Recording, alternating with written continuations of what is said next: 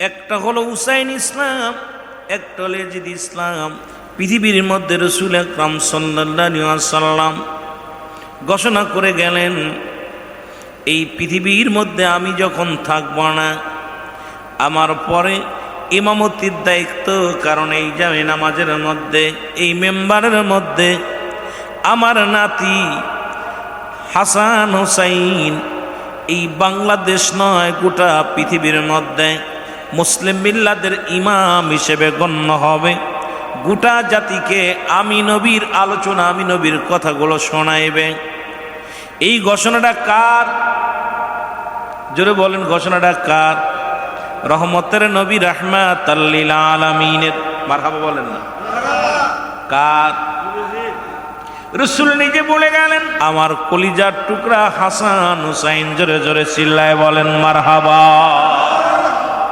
হাসান হুসাইন জান্নাতের দুটি ফুটন্ত গোলাপ, আল হাসান আল হুসাইন। এই দুইটা যুবকদের সর্দার। ও যুবক বন্ধুরা শুনে নাও, আজকে যুবকের সংখ্যা কম। এই দুজনই হলো জান্নাতি দুটি ফুটন্ত গোলাপ, যারা হাসান হুসাইনকে ভালোবাসবে। রাসূল তো নিজেই বলে গেছেন, আমি নবী, তারে ভালোবাসা আমাকে ভালোবাসা হবে। সুতরাং সেই হুসাইনি মহব্বত অন্তরে ধারণ করার দরকার আছে কিনা বন্ধুগণ আমার? কিন্তু রাসূল পাক সাল্লাল্লাহু আলাইহি সাল্লামের ওফাতের পরে শুধু 4 খলিফা শেষ দুনিয়া থেকে বিদায় নিয়ে গেলেন। আসলো কোথায়? আমির মুয়াবিয়ার জামানা। মুসলমান খুব লক্ষ্য করে শুনবেন। 4 খলিফা বিদায় নিলেন, মা ফাতেমা বিদায় নিলেন। আমার যুবক বন্ধুরা আমার, শের খোদা হযরত আলী রাদিয়াল্লাহু তাআলা আনহু উনিও বিদায় নিলেন। এক কথায় উনিও 4 খলিফার মধ্যে 4র্থ খলিফা। যখন রাসূলের পরে 4 জন বিদায় হয়ে গেল, আসলো আমির মুয়াবিয়া। ও মুসলমান শুনে নাও, এই শাসন ক্ষমতার ভার নিলেন হযরত আমির মুয়াবিয়া। জোরে জোরে চিল্লায়া বলা যাবেন আল্লাহু আকবার। যখন আসলো, কে আসলো? মুসলমান গভীর মনোযোগ। আমির মুয়াবিয়া যখন ক্ষমতা আসলেন, তার আর একটা সন্তান, তিনি হলো মাস্টার ইয়াজিদ। নাম কি? ইয়াজিদ। ওনার কল্পনা, ওনার জল্পনার মধ্যে ক্ষমতা লোভ। এ মুসলমান, এত ক্ষমতার লোভ। রাসূল বলছে বালহুয়া কিলাব, এই দুনিয়াটা হলো পচা দুর্গন্ধ মরি। মানুষের চরিত্র হলো কুকুরের চরিত্র। কুকুর যেমন মরি পাইলে খুশি হয়, শেষ জামানার মানুষগুলো এরকম সম্পদ লোভী হবে। সম্পদের জন্যে দিনকে রাত বানাবে, রাতকে দিন বানাবে। তার প্রমাণ এখন বিশ্বের আনাচে কানাচে দেখতে পারছেন। শুধু ভারতে নয়, বাংলাদেশেও শুরু হয়ে গেছে। কারণ এখন যার মুল্লুক, তার এই মগের মুল্লুক যেন বাংলাদেশটাও করে নিতেছে। জবরদস্তি যারা গায়ে বল আছে, যাদের ক্ষমতা আছে, তারাই তো ক্ষমতা খাটায়া পৃথিবীর মধ্যে চলতে চায়। জোরে জোরে চিল্লায় বলেন ঠিক কিনা? রাসূল জেনে বালহুয়া কিলাফ, এই দুনিয়াটা হলো পচা দুর্গন্ধ মরি। মানুষের চরিত্র হলো কুকুরের চরিত্র। কুকুর যেমন মরি পাইলে খুশি হয়, শীত জামানার মানুষগুলো সম্পদ পাইলে খুশি হবে। সে যে কায়দা আসুক, সুদের কারবার হোক আর ঘুষে আসুক আর জিনা ব্যভিচার যেভাবে আসুক না কেন, সম্পদের দরকার, অর্থের দরকার। এই মানুষগুলোর ভিতরে এত লোভ। সেই লোভী মানুষের মধ্যে সবচাইতে জঘন্যতম, পৃথিবীর মধ্যে নগণ্যতম, পৃথিবীর মধ্যে সবচাইতে নিষ্ঠুর, সবচাইতে লালসিত, সবচাইতে মুসলমান কাট্টা ইবলিস, যার নাম হলো মুসলমান ইয়াজিদ। নাম কি? ইয়াজিদ। উনি চিন্তা করলেন, বাবার ইন্তেকালের পরে, বাবার পরে তো চেয়ারটা আমার, যেহেতু আমি উত্তরাধিকার, কারণ এই ওয়ারেস সূত্রে জমি জমা যা পাবো সবই তো আমার, কিন্তু আমি আমার বাবার ওয়ারেস, এই ক্ষমতার আমি হব। কিন্তু আমির মুয়াবিয়া বারবার বুঝাইছে, বাবা আমার রাসূল বলে গেছেন, কারণ এই চেয়ারের মধ্যে তুমিও না আর কেউ নয়, কারণ এই চেয়ারের একমাত্র যোগ্য ব্যক্তি হলো হাসান রাদিয়াল্লাহু তাআলা হযরত হুসাইন রাদিয়াল্লাহু তাআলা, কারণ আমার নবীর মুখের জবানের কথা মিথ্যা হতে পারে না। 30টা বছর পার হয়ে গেল, সুতরাং এখনই আসবে আমিরে মুয়াবিয়া বলতেছেন, এখনই এই চেয়ারের মধ্যে বসবে আল হাসান আল হুসাইন। জোরে জোরে চিল্লায় বলেন না আমিন। কিন্তু মুসলমান ক্ষমতা পেয়ে গেলেন কে? এজিদ পেয়ে গেলেন কে? এজিদ পেয়ে গেলেন। ক্ষমতায় পেয়ে দাম্ভিকতা অহংকার ভিতরে এমন ভাবে শুরু হয়ে গেল, চিঠি লিখলেন ইমাম বরাবর হুসাইন রাদিয়াল্লাহু তাআলাকে একটা চিঠি লিখলেন, তোমরা যারা আছো তোমাদের দল বল নিয়ে আমাকে সিজদা করো, আমার অনুগত্য করো। যেমন আমার দেশে চৈতালি রায় না কিরা যেন, আমাদের বাংলাদেশে এক মুসলমান এক মহিলা, তিনি বলতেছেন আমাদেরকে আলাদা প্রদেশ বানিয়ে দাও। কত বড় হ্যাডাম! যে দেশে 95% মুসলমান, সেই মুসলমানের রাজ্যে দাঁড়ায়া কেমনে এত বড় সাহস, এত বড় কলিজা পায় যে ওনাদেরকে আলাদা প্রদেশ বানিয়ে দাও। ওনরা কি করেন, একটা মারবো আমরা, দুইটা মারলে ওরা একটা মারবে। এই যদি হয় আজকে একজন অমুসলিমের 95% মুসলিম রাষ্ট্রের মধ্যে দাঁড়ায়া একটা আবর্জনা যদি মুসলমানদের কিভাবে কটুত্তবে কথা বলতে পারে, আমরা এখনো বেঁচে আছি কি নিয়ে? আমাদের মতো কাপুরুষ, আমাদের মতো হিজলা, আমাদের মতো মুসলমান সারা পৃথিবীর মধ্যে কেমনে ইসলাম প্রচার করবে?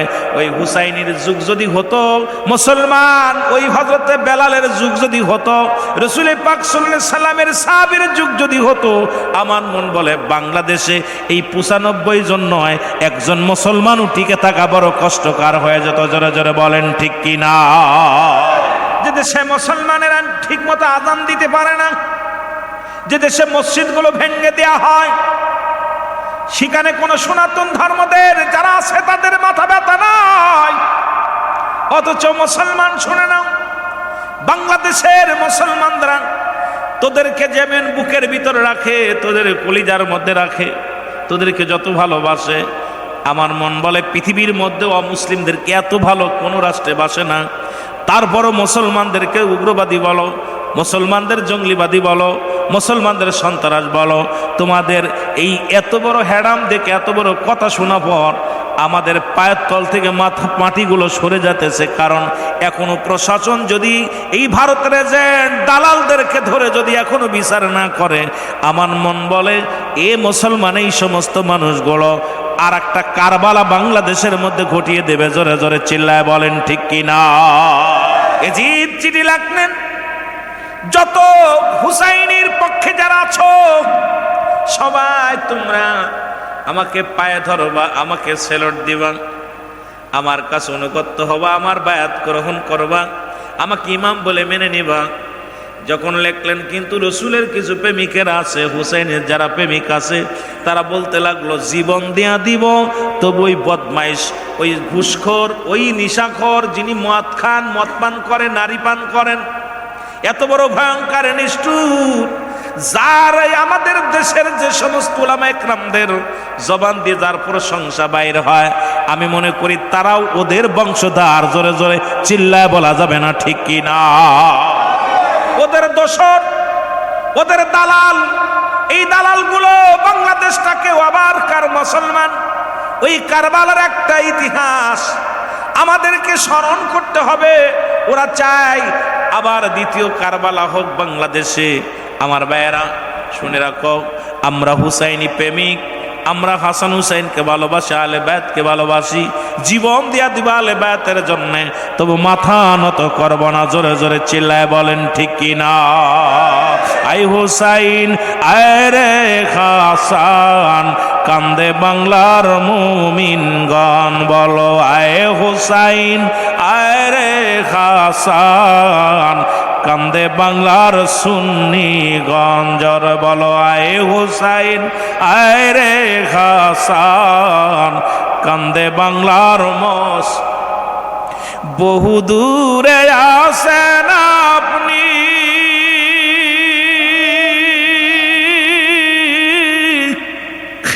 দেখি নাই কোনো দিন আমি,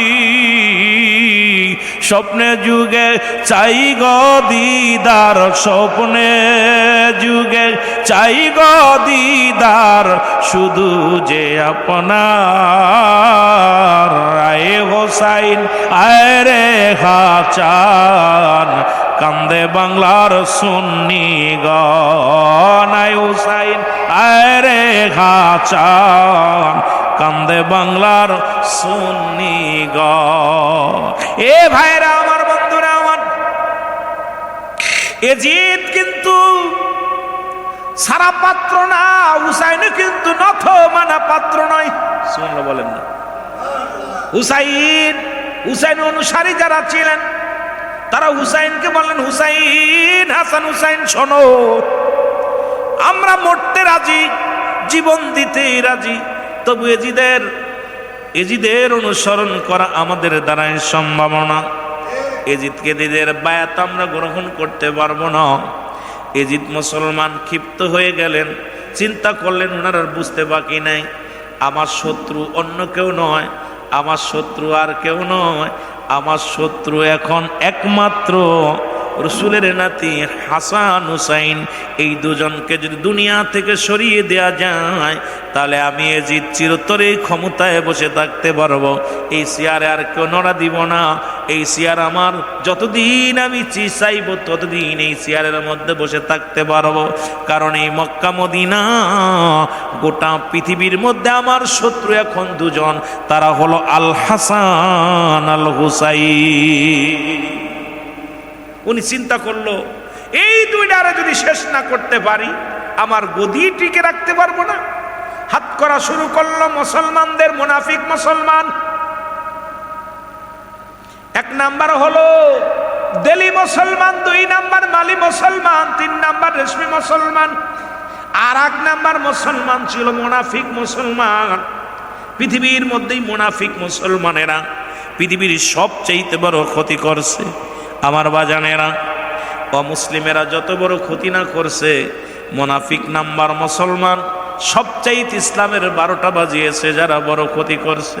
এই মুনাফিক মুসলমান এখন দেখবেন মুখে একটা বলে অন্তরে একটা করে, তাদের চলাচলতি, তাদের বলে একটা করে একটা, দেখা একটা করে আর মুসলমান করে আর একটা। এই হলো তাদের চরিত্র। তারা মসজিদ চেনে না, মন্দির চেনে না, তারা 2 জায়গায় থাকতে চায়। যেমন আমার দেশের কিছু নেতা বলে মসজিদও যা, রোজাও যা, পূজাও তাই। আমার দেশে অসংখ্য বড় বড় ইসলামের বড় বড় নেতাও আছে, তাদের জবান দিয়ে বলে পূজাও যা, রোজাও তাই।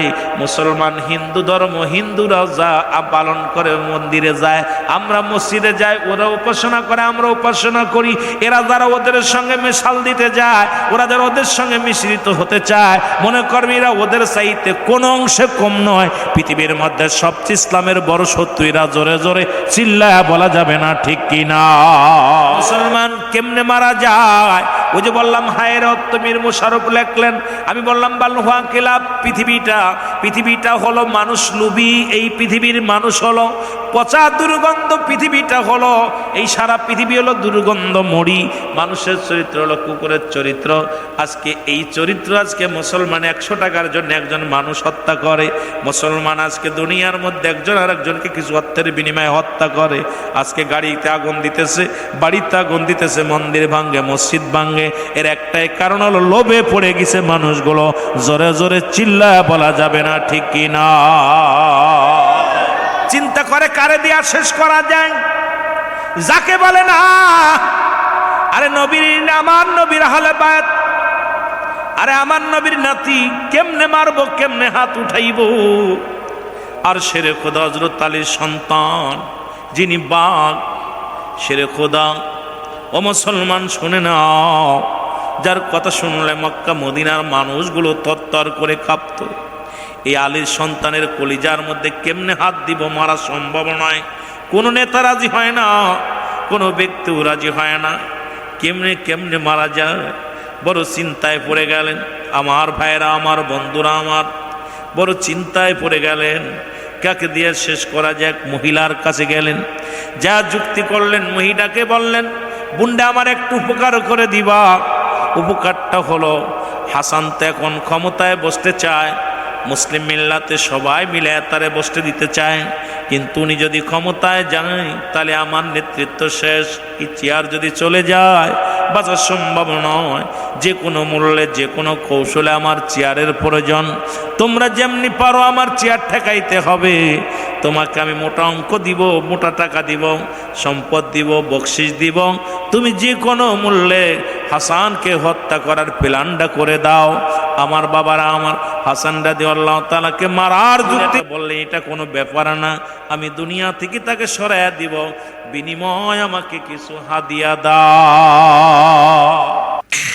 এ দুনিয়ার মুসলমান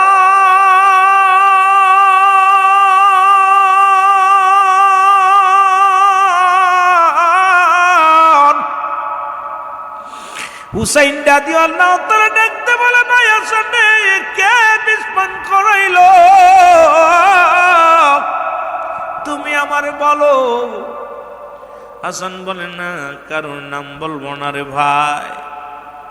বলে কি লাভ হবে, শোনো, আমার পরে তোমার বিদায়, তোমার আসতেছে বিপদ। সেদিন পৃথিবীর কাউকে ডাকবা না। আজকে তুমি জোরের ভাই ছিলা, তোমাকে ডাক দিলাম। তুমি যেদিন বিপদে পড়ে যাবারে ভাই, সেদিন আমার ডাকবে না নাজি, ইয়া মুহাম্মাদান, ইয়া মুহাম্মাদান বলে ডাকবেন। আমার পরে তোমার বিপদ। ও ভাই হোসেন, আমি বিদায় বেলা তোমার কিছু ওসিয়ত করে যাই। সেই কথা হলো, পৃথিবীর মধ্যে বাতিলের কাছে কখনো মাথা নত করবে না, বাতিলের সঙ্গে আপোষ করবে না। হাসানের শেষ বিদায়ের কথাগুলো শোনো মুসলিম মিল্লাতের ভাইয়েরা। মৃত্যুর আগে হাতটা ধরে বলে, ভাই সত্যের সঙ্গে মিশ্রিত মিথ্যার সঙ্গে মিশ্রিত করো না। বাতিলের সঙ্গে কখনো মুসলমান মাথা নত করতে পারে না। তোমাকে একটা উপদেশ দিয়ে যায়, পৃথিবীর কারুর কাছে সাহায্য চাইবে না, পৃথিবীর কোন মানুষের কাছে সাহায্য চাইবে না। যেদিন তোমার বিপদ আসবে সেদিন রহমতের নবী রাহমাতুল আলামিনকে ডাক দিবা। ওদিন বিপদের সময় নবী কামলিওয়ালার সঙ্গে তুমি দেখা হবে, দেখে তো পাইবা। বিপদের সময় নবী কামলিওয়ালারে তুমি স্মরণ করবা। কথা বলতে বলতে কালেমা পড়তে পড়তে মুসলমান চির বিদায় হয়ে গেল। মুসলমান শুনে নাও, এজিদের স্বপ্ন পূরণ হয়ে গেল। চিন্তা করল, আমি হাসানকে দুনিয়া থেকে বিদায় করে দিলাম, এখন মাসনাদ এখন আমার। কিন্তু হুসাইনের প্রেমিক যারা, রসুল সৈনিক যারা, সত্য প্রকৃত পাঞ্জাতনের পাগল যারা, এরা তো কখনো মাথা বাতিলের কাছে নত করতে জানে না। জীবন দেয়া দিবে তবু বাতিলের কাছে কখনো মাথা নত করবে না। হুসাইন রাদিয়াল্লাহু তাআলার কাছে ছুটে গেলেন সবাই। হুসাইন, তুমি ভেঙ্গে পড়ো না, শান্ত হও। এই দুনিয়ার মধ্যে ভাই চলে গেছে, তুমি বসবে চেয়ারে, কিন্তু এজিদের কখনো এজিদকে আমরা মানতে পারি, নেতা হিসেবে মানতে পারি না। ইমাম বলে তার কাছে বায়াত গ্রহণ করতে পারি না, তার কাছে আমরা কখনো যেতে পারি না। হুসাইন রাদিয়াল্লাহু তাআলা কারোর সঙ্গে কথা বলা নীরবতা পালন করে, কারণ জোরের ভাই দুনিয়ার মধ্যে নাই। কি বলে সান্ত্বনা দিবে, কারে কি বলবে, নিজেই মুসলমান, নিজে নীরবতা পালন করে। মুসলিম মিল্লাতের মুসলমান আমার নবীর প্রেমিকারা এসে ছুটে এসে বলে, হুসাইন, ও হুসাইন, তোমাকে আমরা অনুরোধ করি তুমি নেতৃত্ব দাও। ওই চেয়ারের মধ্যে যেহেতু রহমতের নবী বলে গেছে, আমার নাতিগুলো নেতৃত্ব দিবে, আমার বংশধর নেতৃত্ব দিবে, সুতরাং আর বসে থেকো না। হাসানকে হাসানের কথা মনে করে আর চোখের পানি ফেল না। ওই চেয়ারের মধ্যে বসে দয়াল নবী রাসূল পাক সাল্লাল্লাহু আলাইহি ওয়াসাল্লামের আদর্শ বুকে ধারণ করে মুসলিম মিল্লাতের তুমি দাওয়াত দাও, মুসলিম মিল্লাতের বায়াত গ্রহণ করাও। জোরে জোরে চিল্লায় বলা যাবে না মারহাবা। যখন ইমাম মুসলমান শুনে না, দলে দলে লোকজন যখন হুসাইনের অনুসরণ করা শুরু করলো, এদের টনক এইবার আরো নড়ল। আর একটা মারলাম, এখন তার একটা পথের কাটা হয়ে গেল। কেমনে মারা যায়, কেমনে তাকে শেষ করা যায়। কিন্তু এইভাবে যদি আমরা এই মক্কা মদিনার জমিনে যদি শেষ করে দিই, মানুষ জেনে যাবে আমার ষড়যন্ত্র। আমার নেতৃত্ব মানবে না, আমাকে তারা কখনো মেনে নিবে না, একে যে কোনো কৌশলে একে দুনিয়া থেকে বিদায় করে দিতে হবে। একে বিদায়ের জন্যে উনি এমন একটা ফাঁদ পাতলেন, সেটা হলো মুসলমান শুনে নাও, শুনে নাও। এমন ফাঁদ পাতলেন, এইবার ইবনে জিয়াদকে খবর পাঠাইলেন, ইবনে জিয়াদ রে, কোথায় তুমি আসো, তুমি আসো, মুসলমান শুনে নাও। এই মুসলমান শুনে নাও, ইনু কিন্তু মুসলমান। আজকে মুসলমানদের মারার পিছনে মুসলমান জড়িত ছিল, কারণ আজকে মুসলমানদের শেষ করার পিছনে, মুসলমানকে নির্যাতিত করার জন্যে আমার আপনার মতো অনেক মুসলমান আছে, তারা মসজিদের মধ্যে ঝগড়াঝাটি করে, মসজিদের মেম্বারে বইয়াও হট্টগোল করে, কারণ এই মসজিদের মধ্যে পবিত্র আল্লাহর ঘরের মধ্যে বইয়াও ক্ষমতার জন্যে তারা জুতো নিক্ষেপ করে, কোরআন শরীফ ফিক্কে মারে। এইটা তাদের আসল চরিত্র। জোরে জোরে চিল্লায় বলেন ঠিক কিনা? আরো জোরে জোরে চিল্লায় বলেন আল্লাহু আকবার। কোন তাফসীর কারো, কোন লেখক গবেষক বলেন একটা নয়, দুটি নয়, 40,000 চিঠি লেখছে, কেউ বলে 1200 চিঠি লেখছে। অনেকে এক এক মত এক একজন প্রকাশ করেছে। চিঠি লেখলেন মুসলমান, চিঠির মধ্যে লেখলেন, কোপ্পানগরের মুসলমানগুলো আপনার জন্য অপেক্ষা করে, আপনি আসেন। যখন এই প্রস্তাব দিলেন, প্রস্তাব পাইয়া এই চিঠিগুলো মুরব্বীদের সঙ্গে পরামর্শ করলেন হুসাইন, চিঠিটা দেখাইলেন। কিন্তু মুরব্বীরা, আসলে আমরা তো মুরব্বীদের শ্রদ্ধা করি না, মানিও না। মুরব্বীদের এখন চিন্তা করি বুড়া হয়ে গেছে, কি বুঝবো। কিন্তু সব সময় জন্য মুরব্বীদের পরামর্শ অনুযায়ী চলবেন, দেখবেন সমাজ শান্তি থাকবে, সমাজের মধ্যে ভালো কিছু পাওয়া সম্ভব থাকবে। মুরব্বী যারা জ্ঞানী মানুষ, তাদের পরামর্শ নিয়ে চললে পারে। জোরে বলেন ঠিক কিনা? হুসাইন রাদিয়াল্লাহু তাআলা চিঠিগুলো যখন দেখাইলেন, চিঠিগুলো দেখাই সঙ্গে সঙ্গে বললেন, হুসাইন, এই চিঠির রং ভালো না, এই চিঠি দেখে আমরা তোমার ছাড়তে পারি না। হাসান রাদিয়াল্লাহু তাআলা কিছুদিন আগে আমাদের থেকে বিদায় হয়ে গেছে, এখন যদি তোমার কিছু হয়ে যায়, আমরা কিয়ামতের ময়দানে রাসূলের কাছে কি জবাব দিব? আমরা হযরত আলীর কাছে কি জবাব দিব? মা ফাতেমার কাছে কি জবাব দিব? ওইদিন আল্লাহর দরবারে কি জবাব দিব? আমরা জবাব দিতে পারবো না। সুতরাং হুসাইন রে, তোমাকে অনুরোধ করি, তুমি যেও না, আগে তোমার তরফ থেকে একজন প্রতিনিধি পাঠাও। হুসাইন তার স্বাস্থ্য ভাই মুসলিম বিন আকিলকে ডাক দিয়ে বলেন, আকিল রে, মুসলিম বিন আকিল আসো, ও মুসলিম এদিকে আসো। তখন মুসলিমকে ডাক দিলেন, ডাক দিয়ে বলেন, তুমি যাও, কোথায়? কোপ্পায় চলে যাও। কোপ্পায় যখন যায়, মুসলিম যখন বললেন, আমি হুসাইনের লোক, সঙ্গে সঙ্গে একজন নয়, দুজন নয়, 30,000 মানুষ, 30,000 মানুষ মুসলিম বিন আকিলকে নেতা হিসেবে মেনে হুসাইনের নামের উপরে বায়াত গ্রহণ করলেন। জোরে জোরে চিল্লায় বলেন সুবহানাল্লাহ। 30,000 মানুষ বায়াত গ্রহণ করলেন। কিন্তু ওই যে মুনাফিক, আল্লাহ কমিনান নাস, মানুষের মধ্যে মায়াকুলু, তারা বলবে আমান্না, তার ঈমান আনছে বিল্লাহি, আল্লাহর প্রতি। ওই মুনাফিক যে কোরআনের মধ্যে আল্লাহ নিজেই ঘোষণা করেছে, ওই মানুষগুলোর মধ্যে মুনাফিক আছে। ধীরে ধীরে আমরা যাব। এই মুনাফিকগুলো মানুষের মধ্যে আছে অসংখ্য মুনাফিক। এই মুনাফিকগুলো আপনিও চিনতে পারবেন যখন মুনাফিকগুলো আপনারা দেখবেন। আব্দুল্লাহ ইবনে উবাইয়ের মতো মুনাফিক মুসলমান আমাদের বাংলাদেশটা আজকে ধ্বংসের কারণে আমির জাফর নামে একজন মুনাফিক।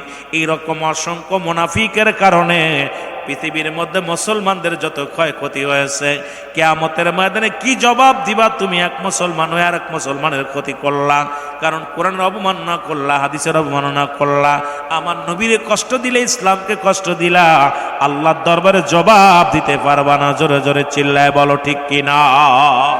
আমার ভাইরা, আমার বন্ধুরা, আমার মুসলিম বিন আকিল যখন এইবার এই দেখিয়া উনিও একটা চিঠি লিখলেন, হুসাইন আর দেরি করো না, আয় জলদি আসো, তোমার নামে শুনিয়া তোমার নামের উপরে 30,000 মানুষ বায়াত গ্রহণ করেছে, তোমার পক্ষে চলে আসছে, এখন আর দেরি করো না, জলদি করে চলে আসো।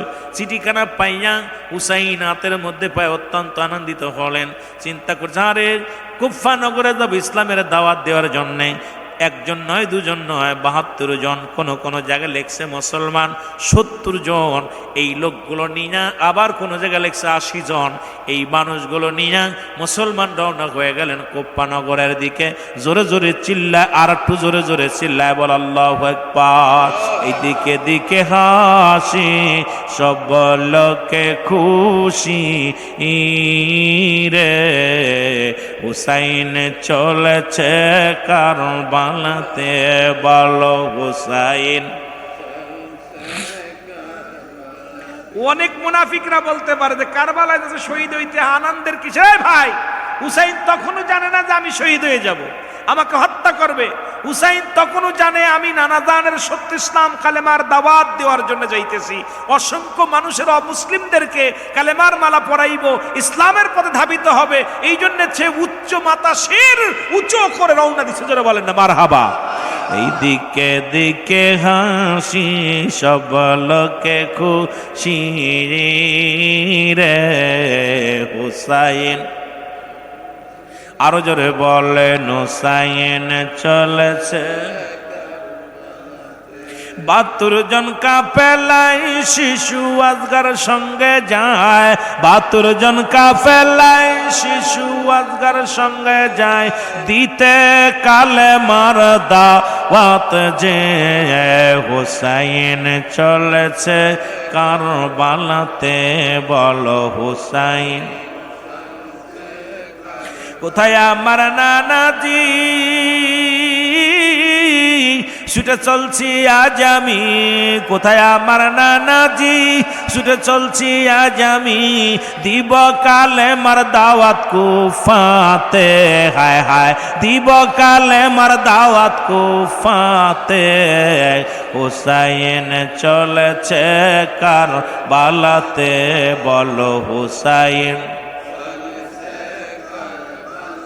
এই দিকে দিকে হাসি, সব লোকে খুশি রে, হুসাইন চল।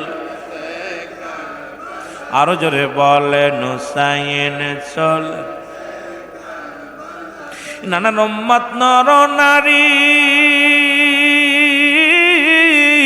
সনয় কুফাবাসী, নানার উম্মত নর নারী সনয় কুফাবাসী, আসিতেছি আমি তোমাদের মাঝে, হায় হায় আসিতেছি আজি তোমাদের মাঝে, হুসাইন চলেছে কারবালাতে, বলো হুসাইন। এই দিকে দিকে হাসি, সব লোকে খুশি রে, হুসাইন। আরো জোরে বলেন হুসাইন চল। কালেমার পতাকা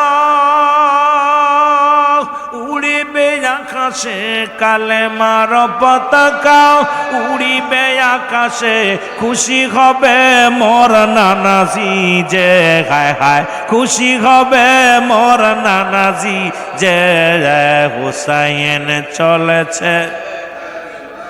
আরো জোরে বলেন হুসাইন চলেছে কারবালাতে, বলেন দিকে দিকে হাসি, সব লোকে খুশি রে, হুসাইন কারবালাতে, বলো হুসাইন। নারী পুরুষ সকলে বিবাচ্চাও নিয়ে, নারী পুরুষ সকলে বিবি বাচ্চাদের নিয়ে, ছুটেছে মনের আনন্দে, হায় হায় আনন্দে, হুসাইন চলেছে কারবালাতে, বলো হুসাইন। এ দুনিয়ার মুসলমান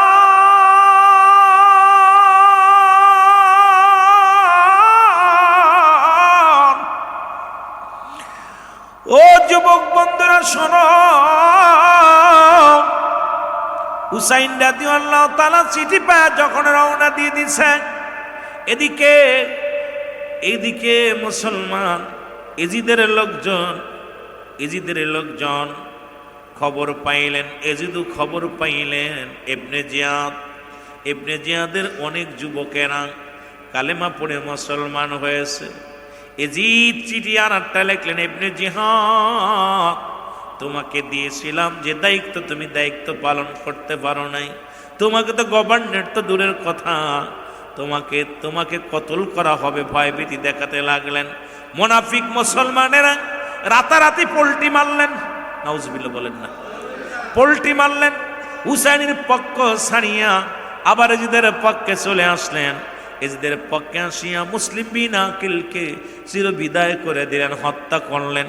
অনেক কাহিনী শুনছেন, তার দুটি ছেলে মুহাম্মদ ইব্রাহিম, তাকেও হত্যা করা হলো। এবার মুসলমান ও ইতিহাস টানতে গেলে সময় লাগবে, আগে বলেছি সব বলতে গেলে রাত বেজে যাবে অনেক, এত কথা বলা সম্ভব নয়। আল্লাহ বাঁচায় রাখলে মূল আলোচনাগুলো আমরা শুনতে চাই। মুসলমান শুনে নাও, এবার যখন দুনিয়ার মধ্য থেকে আমার বাবার আমার চির বিদায় হয়ে গেলেন, মুসলিমিন আকিল যখন বিদায় হয়ে গেলেন, মারা গেলেন, এই এবার হুসাইন রাদিয়াল্লাহু তাআলা তো মনের আনন্দে যখন কুফা নগরে চলে গেলেন, যা কারবালা প্রান্তরে পৌঁছে গেলেন। পৌঁছা পর যখন কারবালা যাপন উনি সব কিছু অনুভব করতে পারলেন, তখন লোকজনের জিগাইলেন এটা কোন জায়গা, বলে এটা শানে কারবালা, এটা সেই কারবালা। সঙ্গে সঙ্গে সাথী সঙ্গীদের বললেন তোমরা দেরি করো না, তোমরা তাবু গাড়ো, তাবু গাড়ি এখানে থাকো। এই মহরমের 7 তারিখে তাবু গাড়লেন, 7 গেল, 8 গেল, 9 তারিখ চলে আসলো। বাবারা আমার গভীর মনোযোগ, এই 9 তারিখ যখন আসলেন, ও যুবক হুসাইন রাদিয়াল্লাহু তাআলা সব চারিদিকে ষড়যন্ত্র শুরু, সবকিছু শুনতে পারলেন, দেখতে পারলেন। পানি বন্ধ কোথায়? ফোরাত নদীর পানি বন্ধ করে দিলেন। তাদের চিন্তা ছিল, ও যুবক বন্ধুরা আমার, এই হুসাইনের সামনে আমরা 2-1 হাজার সৈন্য যে টিকতে পারবো না, 2-1 লক্ষ সৈন্য যে টিকতে পারবো না। কারণ হুসাইন হলো বীরের জাতি, মুসলমান মাথা নত করে নাই, আর তার তরবারির সামনে দাঁড়াইতে পারবো না। একে কি কৌশলে তাকে শেষ করা যায়, এই ষড়যন্ত্র করতে করতে তাদের মাথায় একটা বুদ্ধি আসলো, পানি বন্ধ করে দিলেন। ফোরাত নদীর কিনারায় সমস্ত সৈন্য প্রায় 30,000 বা 40,000 সৈন্য লাগায় দিলেন, পাহারাদার লাগায় দিলেন। তোমরা 1 ফোঁটা পানি যেন মুসলমান না পায়, তাদেরকে পিপাসায় কাতর করে দুনিয়া থেকে বিদায় করে দেওয়া হবে। এই ঘটনা যখন শুনতে পারলেন মুসলমান, আমার বাবারা আমার, হুসাইন রাদিয়াল্লাহু তাআলাকে গৃহবন্দী করা হয়েছে, চারিদিকে পাহারা লাগিয়েছে, হুসাইনের সৈন্যরা বাইর হতে পারে না, হুসাইন বাইর হতে পারে না। এই সংবাদ চারিদিকে বাইর হয়ে গেল, হুসাইন এই বিশাল আটটা পড়েছে। এই খবর যখন শুনতে পাইলেন, আমার বাবারা আমার গভীর মনোযোগ, বড় ইতিহাস, সবচেয়ে বড় করুণ ইতিহাস। মোহসেন আব্দুল ওহাব নামে একজন ব্যক্তি ছিলেন, মাত্র 17 দিন বিয়ে করলেন। 17 দিন বিয়ের বয়স। আব্দুল ওহাবের মা ওহাবকে বাসা ডাক দিলেন, আব্দুল ওহাব তুমি কি ঘরের মধ্যে আসো? ওহাব বলে, জি মা আমি ঘরের মধ্যে আসি। কয় বাবারে, এই তো অপূর্ব সময়, জান্নাতে যাওয়ার একটা সময়। বলে মা গো তুমি কি বলতে চাও? কয় বাবারে তুমি কি শোনো না, হাসানকে শহীদ করেছে বিষ পান করাইয়া, হুসাইনকে কারবালা প্রান্তরে বন্দী করা হয়েছে, পিপাসার পানি তাদের দেয়া হচ্ছে না, পুরো নদীর পানি বন্ধ করে দিয়েছে রে বাবা। এ বাবা শোনো,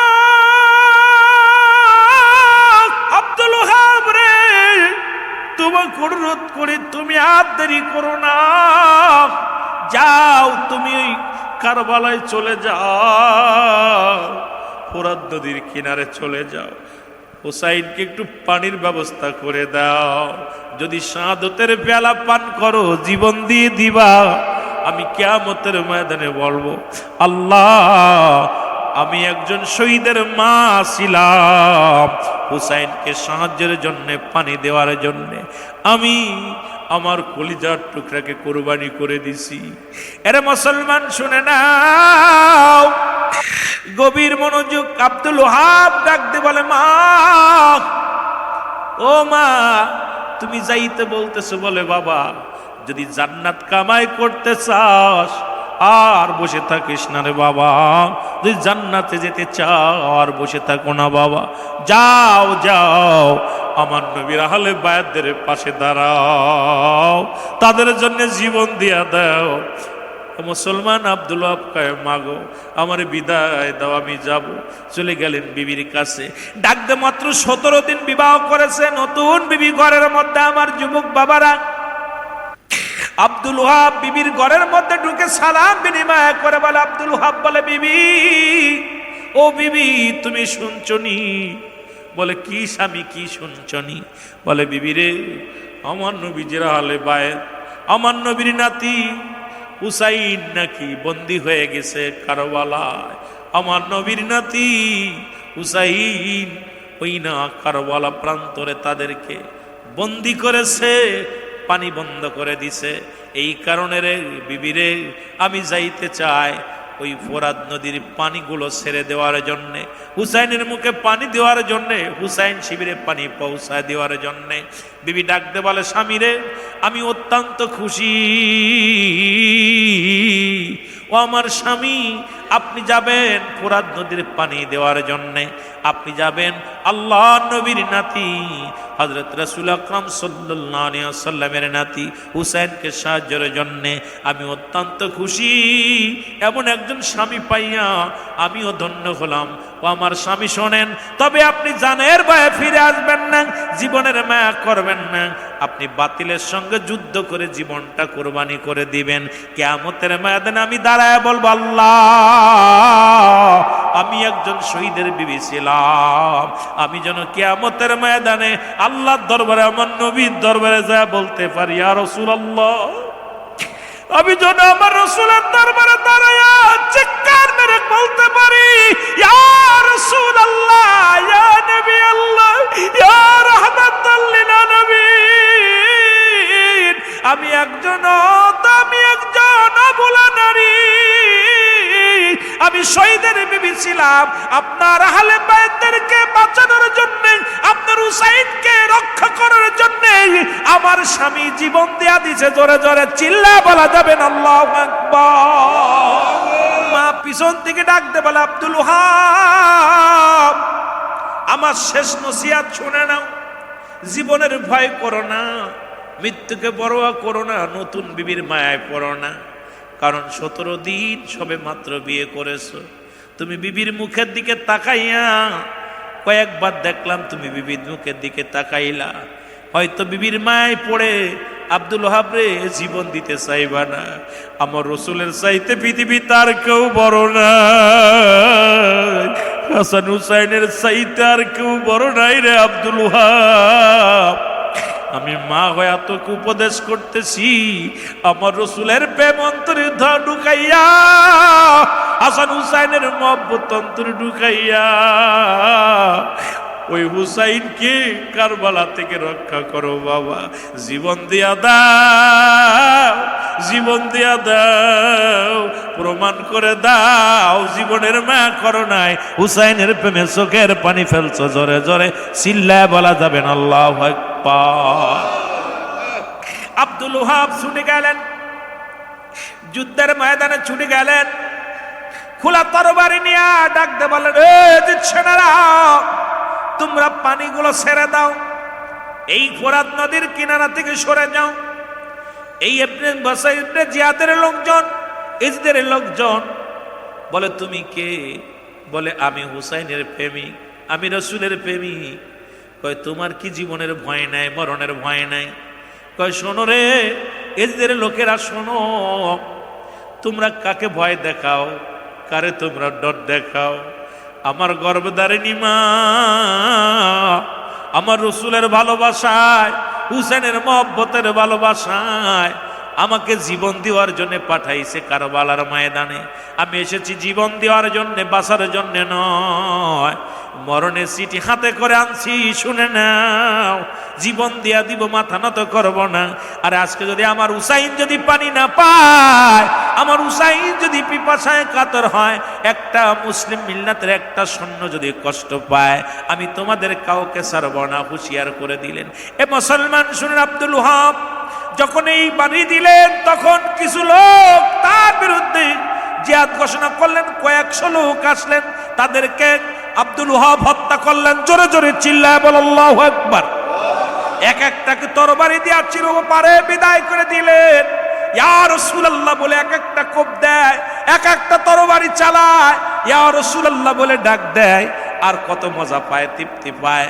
এমন ভাবে মোট মুসলমান কাটতে কাটতে অনেকগুলো মানুষ এসে উনি ওই সময় নামাজের সময় হয়ে যায়, আসরের নামাজের সময় হয়ে গেল।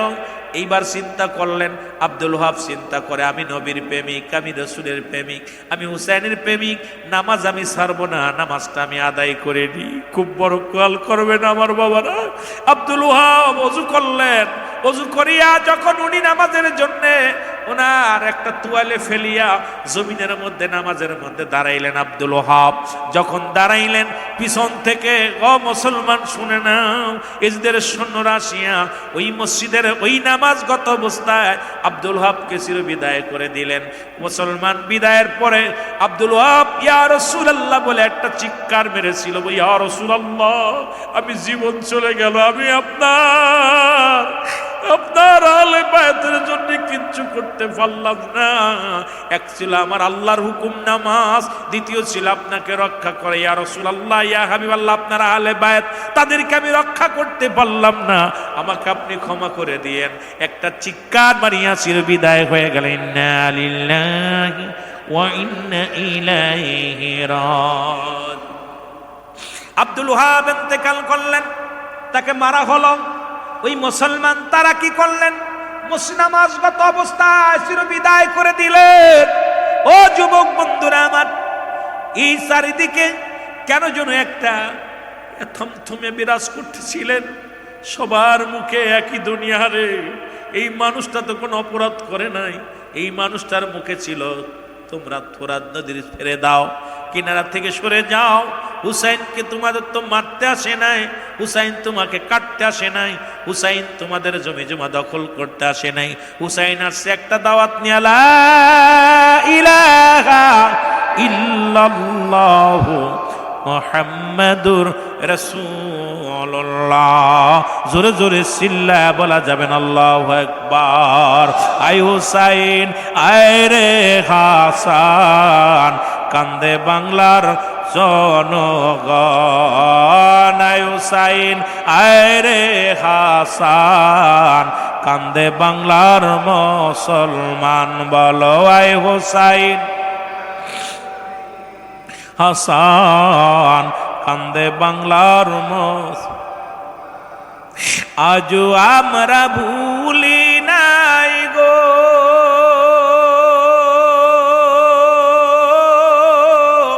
স্মরণ করি আজও আমরা তো, আজও আমরা ভুলি নাই গো, স্মরণ করি আজ তোমায় গো। জান্নাতেরি সরদার নবী আমার, জান্নাতেরি সরদার নবী আমার, ওর উম্মতের কান্ডার।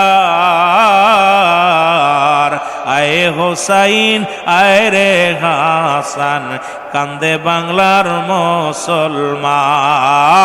আয় হোসাইন আয় রে হাসান, কান্দে বিশ্বের মুসলমান। এ ভাইরা আমার, বন্ধুরা আমার, হুসাইন ডাক দিয়ে বললেন, বন্ধুরা রে, তোমাকে দেখলে তোমরা কেউ যাবে না, কারণ আমাকে ওরা বাঁচা রাখবে না, আমাকে চির বিদায় করে দিবে। তোমাদেরকে একটা অনুরোধ করি, আমি চোখ দূরে বন্ধ করে রাখলাম, বাতি অফ করে দিলাম তাঁবুর মধ্যে, তোমরা আমাকে না দেখে আমিও তোমাদের দেখবো না, তোমরাও আমাকে দেখবা না। এই সময়ের মধ্যে তোমরা আমাকে ছেড়ে তোমরা যার যার মতো চলে যাও। হুসাইন চোখ দূরে বন্ধ করলেন। 2 ঘন্টা পরে হযরত হুসাইন রাদিয়াল্লাহু তাআলা চোখটা খুললেন, খুলে দেখে ডানে বামে যারা ছিল একটাও যায় নাই, একটা সৈন্যও যায় নাই। হুসাইন ডাক দিয়ে বলে, সঙ্গীরা রে, তোমরা কেন গেলে না? তোমরা আমাকে ছেড়ে কেন গেলে না? ডাক দিয়ে বলে, হুসাইন, তোমাকে ছেড়ে যদি যায়, ইয়াউমাল কিয়ামতের ময়দানে নবীজি আমাদের চিনব না। হুসাইন আমরা জীবন দিয়ে দিব, তবু আপনারা আমরা ছাড়বো না, আপনাকে আমরা একা রেখে যেতে পারবো না। এ যুবক, গভীর মনোযোগ। হুসাইন রাদিয়াল্লাহু তাআলা কেউ ছাড়লেন না, কেউ গেলেন না, সবাই থেকে গেলেন। ওদিন হুসাইন রাদিয়াল্লাহু তাআলা বন্ধুদেরকে নিয়ে যখন অনেকে বলেন পানি আনার জন্যে, ওর কলিজার টুকরা আসগার আলী তীরের আঘাত খেয়েছে, মুসলমান না। আমার বাবারা আমার, সবাই যখন এইরকম আলোচনা করতেছিল, হঠাৎ করে এজিদ সেনের একটা তীর আসিয়া আলী আসগারের বুকের মধ্যে লেগে যায়। আলী আসগার সঙ্গে সঙ্গে লুটে পড়ে। আলী আসগারকে লুটা অবস্থায় এবার সবাই বন্ধুদেরকে ডাক দিয়ে বলেন, বন্ধুরা রে, দেখছো একে একে সবাই বিদায় নিয়ে যায়, তোমরা চলে যাও, প্রাণ নিয়ে চলে যাও। বন্ধুরা কেউ যায় না, সাথীরা কেউ যায় না। হুসাইন রাদিয়াল্লাহু তাআলা বড় ছেলে আলী আকবর, উনি বললেন, আব্বা জান, আমার ভাইয়ের জিহ্বাটা বাইর হয়ে গেছে, আমার ভাইয়ের কলেজারা বাইর হয়ে গেছে। হযরত হুসাইন রাদিয়াল্লাহু তাআলা, আলী আকবর রে, আয় আয় আমার বুকের মধ্যে আয়, দেখ না তোর ছোট ভাইয়ের কলেজাটা বাইর হয়ে গেছে। কলেজার মধ্যে নিয়ে, বুকের মধ্যে নিয়ে আলী আকবর আলী আসগরকে বুকের মধ্যে নিলেন, নিয়ে একটা সুমা লাগাইলেন। সুমা দিয়ে বারবার ভাই ভাই বলে ডাক দিলেন, কিন্তু ডাকে উত্তর নিলেন না। ভিতর থেকে মুসলমান সারা বানো ডাকতে বলে, আলী আকবর রে, কাকে ডাকছো রে, কাকে ডাকছো? আর কোনদিন তোমারে ভাই বলে ডাকবে না, আর কোনদিন আমাকে আম্মু বলে ডাকবে না, আর কোনদিন তোমার বাবাকে বাবা বলে ডাকবে না। আলী আকবর রে, আয় আয়, জোরের ভাই বিদায় হয়ে গেল। আলী আকবর ডাকতে বলে, ভাই ডাকতে বলে, মা আমি রওনা দিলাম, যাব ওই বাতিলদের সঙ্গে যুদ্ধ করব। আলী আকবর রওনা হয়ে গেলেন তরবারি নিয়ে। ও মুসলমান, অনেকগুলো সৈন্যকে কতল করলেন। এরপরে ছুটে ঘরে আসলেন, এসে ডাকতে বলে, মা মা গো, একটু পানি দাও, একটু পানি দাও। বললেন, বাবারে, তাঁবুর মধ্যে কোনো পানি নাই, ওই নে ফোরাত নদীর সমস্ত জায়গা ঘিরে রাখছে, এ দিচ্ছে না, বাবা পানিও তাঁবুর মধ্যে নেই, তাঁবুর মধ্যে একটু পানিও নাই। আর পানির পিপাসায় তোমার ভাই আসগারু কেঁদেছিল, তাকেও আমি পানি খাওয়াইতে পারি না। সুতরাং তোমার ভাই বিদায় হয়ে গেছে, তোমাকে আমি পানি কই থেকে দিব? মায়ের পায়ের মধ্যে শপথ করে সালাম দিয়ে বিদায় হয়ে যায়। আর বলে, চির বিদায় দাও হে ও মা জননী, যাব আমি যুদ্ধের ময়দান,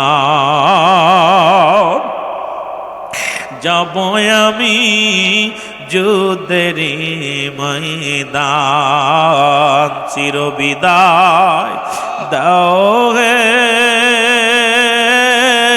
ও মা গো, যাব আমি যুদ্ধের ময়দান। ও মা গো,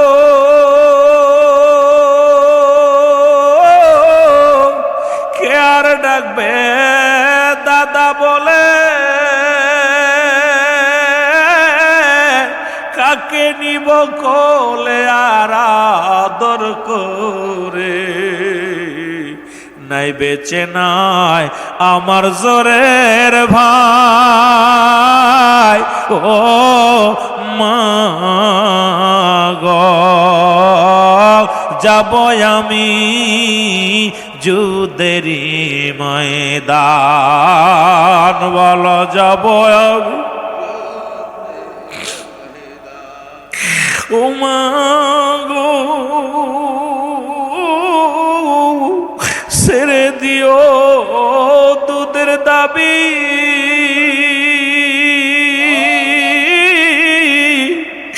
দেখা হবে হাসরের ময়দান। ও মা গো,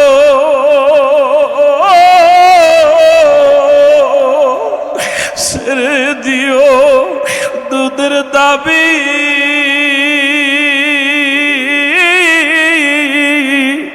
দেখা হবে হাসরের ময়দান আমার নবী জন সেদিন দিদার দেয় ও মাগো যাব আমি যুদ্ধের ময়দান যাব আমি উমাগো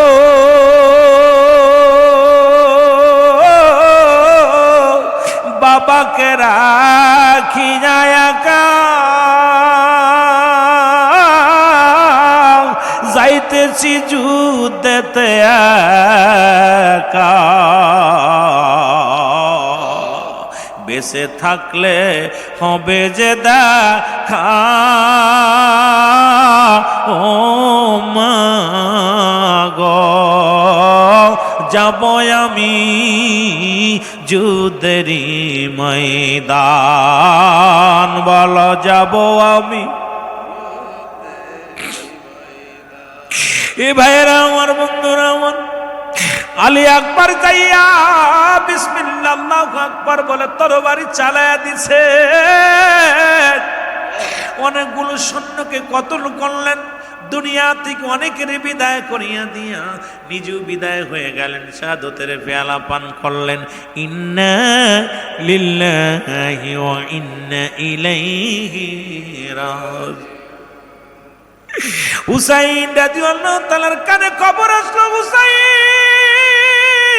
তোমার আলী আকবর আর নাই রে তোমার আলী আসগর নাই আলী আকবর নাই হুসাইন রে একে একে আপনজনদের হারাইতেছো আর কি হারানোর আছে আলী আকবর মুসলমান হুসাইন রাদিয়াল্লাহু ডাক দে বলে ও যাইনাব আর আমারে বাধা দিস না আর আমারে ঠেকাস না আমি যাব যুদ্ধের ময়দানে আমার নানাজির উম্মতের জন্য জীবন দেওয়ার জন্য রওনা হয়ে গেলাম জয়নাব শুনতে জয়নাব আমি যাব যুদ্ধের ময়দানে জয়নাব ডাক দে বলে হুজুর আপনি যুদ্ধের ময়দানে যাবেন যদি আপনার শাহাদাত বরণ করেন যদি কিছু হয়ে যায় কে ইসলামের দাওয়াত দিবে কে রাসূলুল্লাহর দাওয়াত প্রচার করবে হুসাইন ডাক দে বলে জয়নাব শুনে রাখো জয়নাব শোনো তোমার কাছে আমি কয়েকটা দাবি করে যাই নাম্বার 1 এক নাম্বার দাবিরে জয়নাব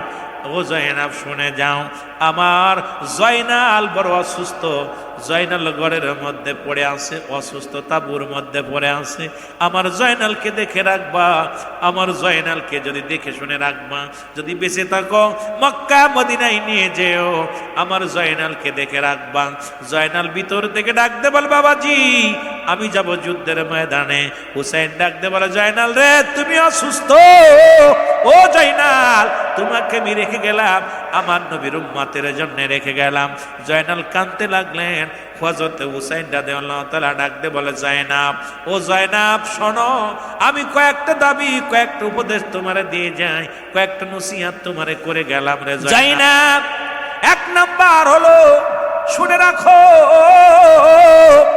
ওই যুদ্ধের ময়দানে আমি যাব আমাকে পুরা মেরে ফেলবে আমাকে জিন্দা রাখবে না কারণ আমার সাথী সঙ্গে অনেকে বিদায় নিছে আহলে বায়তদেরকে হত্যা করেছে আমাকেও মেরে ফেলবে তবে আমি তোমার কাছে দাবি করব আমাকে হত্যা করবে ওরা তবে আমার এই পৃথিবীর মধ্যে কারুর কাছে আমার হত্যার জন্য বিচার চাবানা যদি বেঁচে থাকো যদি মক্কা মদিনায় ফিরে যেতে পারো রাসূলের রওজা মুবারকে যাইয়া আমি হুসাইনের সালাম কানি পৌঁছায় দিবা এক নম্বরে আমি হুসাইনের সালাম কানি পৌঁছায় দিবা জয়নাব 2 নাম্বার হলো পৃথিবীর মধ্যে ও জয়নাব শুনে রাখো 2টা কথা বলি আমার সকিনারে আমার লাশের পাশে আসতে দিবা না কারণ আমার দেহখানা ক্ষত বিক্ষত করে ফেলবে আমার সকিনা যখন আমার লাশখানা দেখবে ক্ষত বিক্ষত লাশ দেখে আমার সকিনা সহ্য করতে পারবে না আমার সকিনা যেন আমার লাশের পাশে না যায়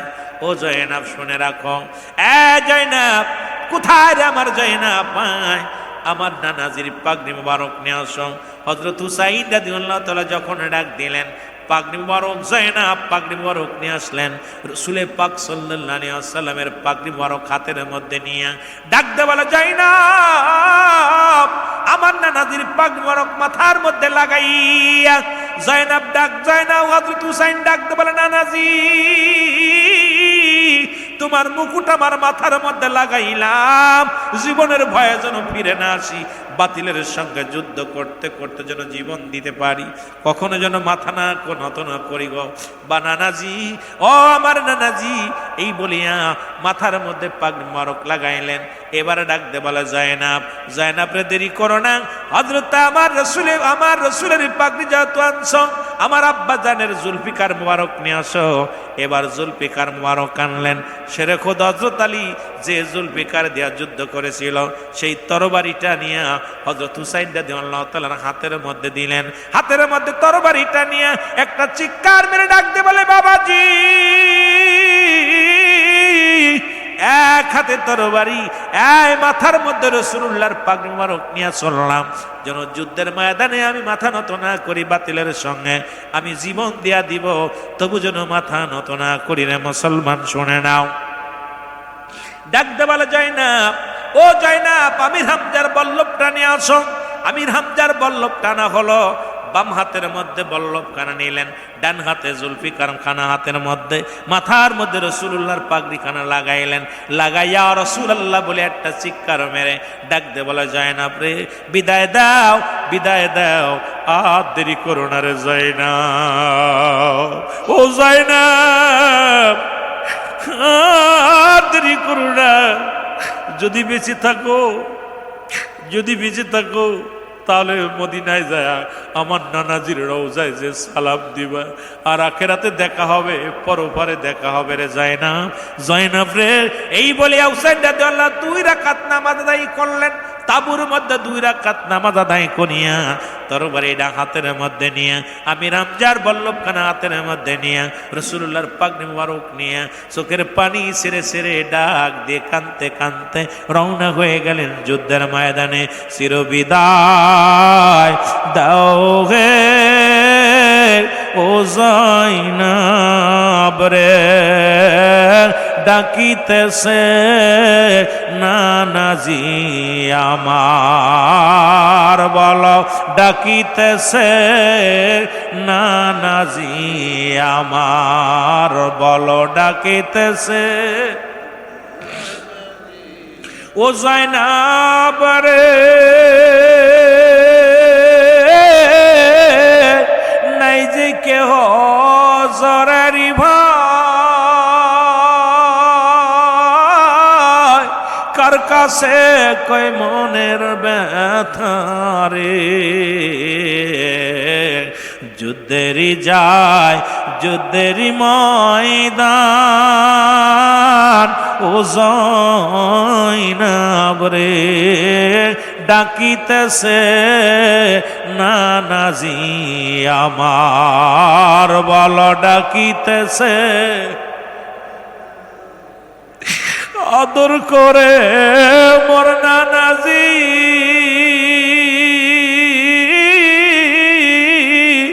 চুমো দিত এই না গলেতে, আদর করে মোর নানাজি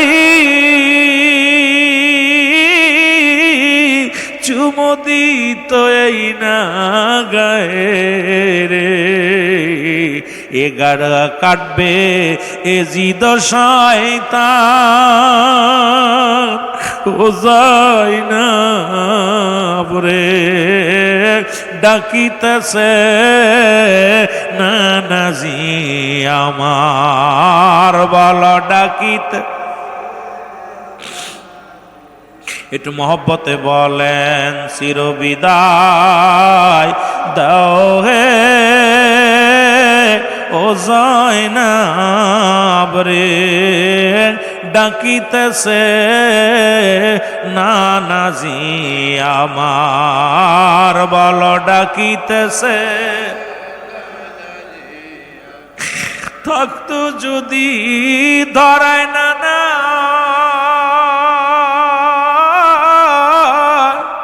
নিত খবর আইসা ইদাইগা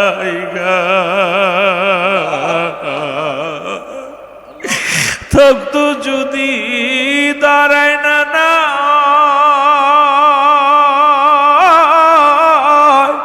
নিত খবর আইসা ইদাইগায় বিপদে আসি শানে কারবালা ও জয়নাব রে ডাকিতেছে আমারি নানায় বলো ডাকিতেছে নাই যে ধরায় মা জননী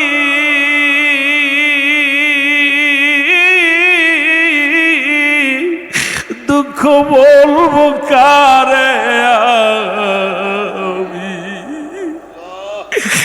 নাই যে ধরায় বাবা আজি ৭২টা তীর মারলেন হুসাইনের গায়ের মধ্যে হুসাইনটা রাদিয়াল্লাহু তাআলা জমিনের মধ্যে পড়ে গেলেন ২১টা তরবারির আঘাত ও মুসলমান ২৬টা বল্লভের আঘাত একটা নয় দুটি নয় এই বল্লভের আঘাত তীরের আঘাত তরবারির আঘাত হুসাইনের গায়ের মধ্যে লাগায়া দিলেন হুসাইন রাদিয়াল্লাহু তাআলা আর উঠার মতো শক্তি পেলেন না হুসাইন রাদিয়াল্লাহু তাআলা জমিনের মধ্যে বয়া শুয়ে পড়লেন যেমন সময় নিষ্ঠুর শেমর উনি ছিলেন মসজিদের ভিতরে উনি দৌড়ে এসে হুসাইন রাদিয়াল্লাহু তাআলার বুকের মধ্যে পড়ে গেলেন পড়ে তখন কতল করার জন্যে ছুরি চালাইতে লাগলেন হুসাইন ডাকতে বলে শেমর রে তুমি আমাকে কেন মারতে চাও কেন মারো তুমি আমারে কেন মারবি আমাকে মারলে আমার নানা কষ্ট পাবে একটু জিকির করেন লা ইলাহা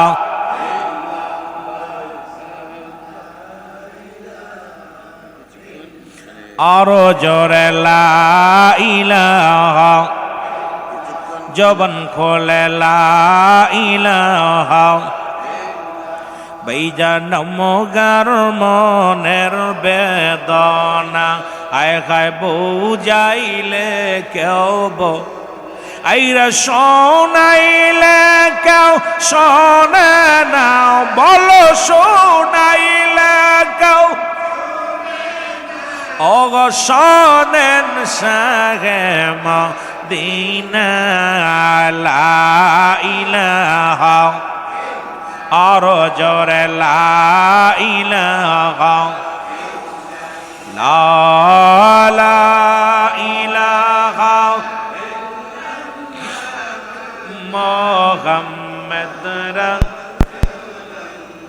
এ ভাইরা আমার বন্ধুরা আমার গভীর মনোযোগ হুসাইনের শেমর আসিয়া যখন গলার মধ্যে বল্লভ দিয়া বুকের মধ্যে খোঁচা দিতে লাগলেন বড় কষ্ট পাইতে লাগলেন হুসাইন ডাকতে বলে শেমর রে আমাকে আর কষ্ট দিস না আমাকে বলে আমি তোমাকে মারব ও মুসলমান শুনে নাও কিন্তু হুসাইন বারবার তারে বুঝাইলেন কোনো বুঝ মানলেন না একটাই মাত্র লোভে জিততে গিয়ে অনেক সম্পদ পাবে অনেক টাকা পাবে অনেক পুরস্কার পাবে এই পুরস্কারের লোভে আমার বাবারা আমার বন্ধুরা আমার কি করলেন ইজিদের লোকেরা আমার বাবারা আমার হুসাইনের গায়ের উপরে বসিয়া বল্লভ দিয়া বুকের ভিতরে খুসাইতে লাগলেন ওজো ওজো যখন কথাগুলো কোন রকম শেমরের কানে না গেল ডাকতে বলে শেমর রে আমি তোমারে চিনেছি তুমি আমার নানা জানা আমার স্বপ্নের মধ্যে বলেছিল মদিনার কুকুর কালো কুকুর তোমার পায়ের মধ্যে কামড় লাগাইছে আমার বুঝতে বাকি নাই তুমি সেই কালো ডুরা কাটা কুকুর কারণ তোমার ভিতরে লোভ বিরাজ করতে তুমি আমাকে মেরেই ফেলবে তবে আর কষ্ট দিস না আমি আর সহ্য করতে পারছি না আমাকে আর কষ্ট দিস না আমার গলার মধ্যে ছুরি চালাই দিয়া আমার গর্দান কেটে নাও আমার আর কষ্ট দিস না মুসলমান তখন নিষ্ঠুর শেমর গলার মধ্যে ছুরি চালাইতে লাগলেন কিন্তু ছুরিতেই গলা কাটে না শেমর জোরে জোরে ফুসাইতে লাগলেন হুসাইন ভিতর নিচ থেকে ডাকতে বলে ধীরে ধীরে চালাও ছুরি ধীরে ধীরে আমারি গলায় এ গলাতে দিছেন চুমা আমারি নানায়, বলেন এ গলাতে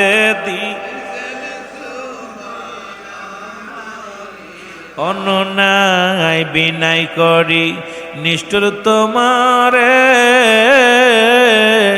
মারিস না রে নিষ্ঠুর তুই যে আমারে। আরে মোর নানা জান কষ্ট পাবে, মোর নানা জান কষ্ট পাবে, মারিলে আমারে।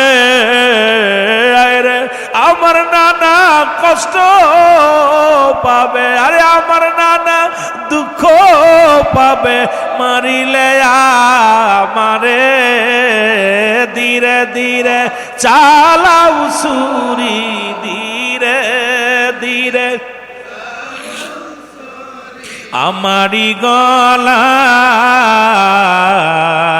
এ গলাতে দিছেন চুমা আমারি নানায়, বলো এ গলাতে দিছেন চুমা নিষ্ঠুর তোমায় বিনাই করি, শোনো কথা মোর, আমাকে না মারলে পারে শান্তি পাইবি পরপারে। মোর নানা জান তরাইবে, মোর নানা জান তরাইবে, ভালোবাসরে আমায়, এ গলাতে দিছেন গো চুমা আমারি নানায়, বলো এ গলাতে দিছেন গো চুমা আমারি নানায়। ধীরে ধীরে চালাও ছুরি, ধীরে ধীরে আমারি গলায়, জয়নাল আবেদিনের কান্না আমায় শুনতে দাও। এ আমার ভাইরা, বন্ধুরা আমার, গভীর মনোযোগ। আগে বলেছি লম্বা আলোচনা শেষ করে সম্ভব নয়। হুসাইন অনেক কষ্ট পাইতে লাগলেন, আর বল্লভ দিয়া বুকের মধ্যে যখন আঘাত করতে লাগলেন, হুসাইন ডাকতে বলেন, নিষ্ঠুরে জিতছে না, আমাকে মেরে ফেলবি, তোর দিলে কি কোনো দয়া নাই, তোর দিলে কি কোনো মায়া নাই? আর আমার নানা কষ্ট পাবে আমাকে মারলে, আমারে মারিস না, আমারে মারলে কষ্ট পায় আমার নানা, আমার বাবা, আমার মা। নিষ্ঠুরে জিতেরা রে, আমারে মারিস না। কিন্তু সে মরে দিলে কোনো দয়া হলো না, মায়া হলো না।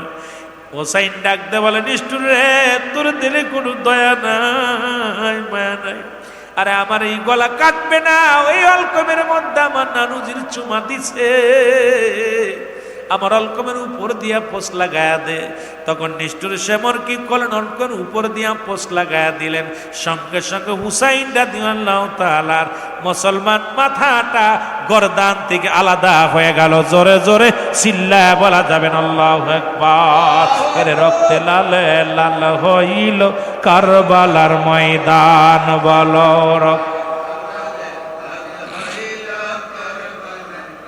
এ মুসলমান, গভীর মনোযোগ।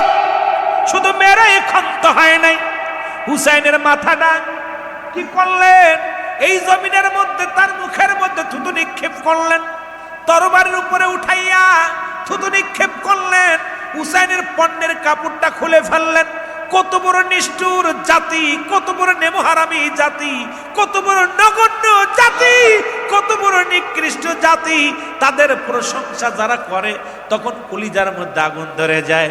আয়রে মানুষ, একটা মানুষ হইয়া মানুষকে কেমনি এরকম আঘাত করতে পারে, একটা মানুষ হইয়া একটা মানুষকে কেমনি এরকম মারতে পারে। হুসাইনের পণ্যের কাপড়টা খুলে নেওয়া হলো।